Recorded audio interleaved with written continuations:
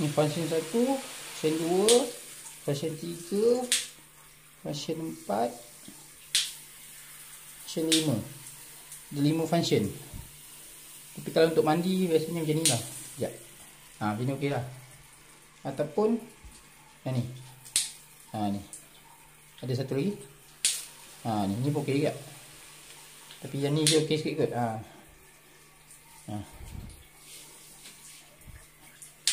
Ni macam ni.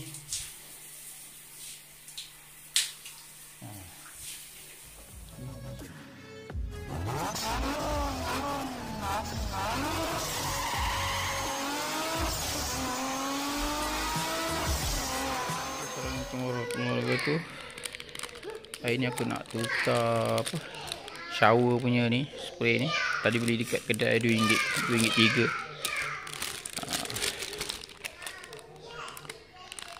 Jom kita buka tengok.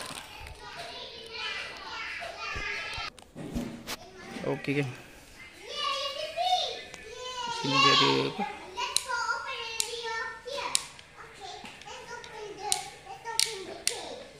Satu, dua, tiga, empat, lima. Ada 5. Dia plastik. Nak menggantikan shower yang lama tu, dia dah tak apa cantik. Okey, jom kita pergi tukar.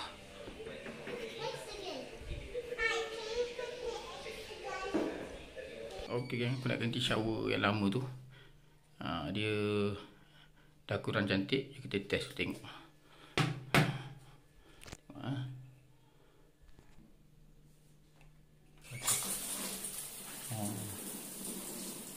Macam ni tadi. Dia ada juga function ni. Tapi disebabkan dia ada pecah-pecah, dia punya getah ni dah expired, dah lama sangat kan. So aku nak tukar yang baru. Dia macam ni lah, dia punya function. Biar gua sama juga, nampak. Biasa aku pakai ni lah, yang macam ni untuk mandi. Macam ni. Dan macam ni. Macam ni. Okey. Kita try tukar. Bismillahirrahmanirrahim. Dia ada o-ring dalam tu. Tak ada apa.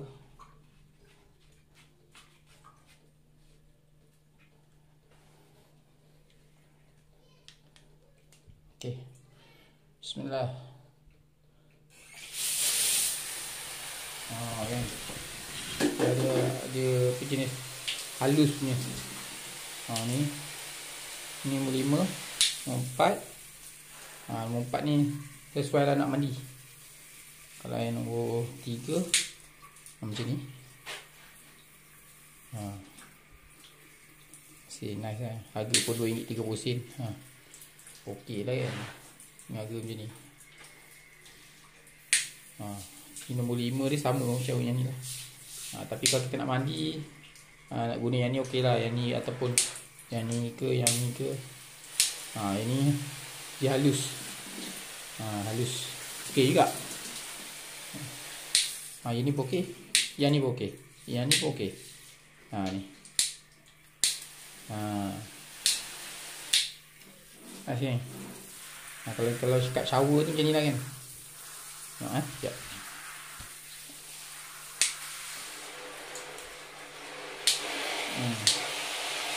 Tajam.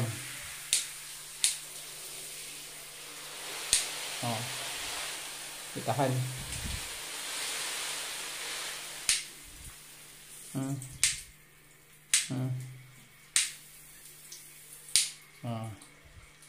Okey kan. Itulah dia shower baru. Alhamdulillah. Mantap.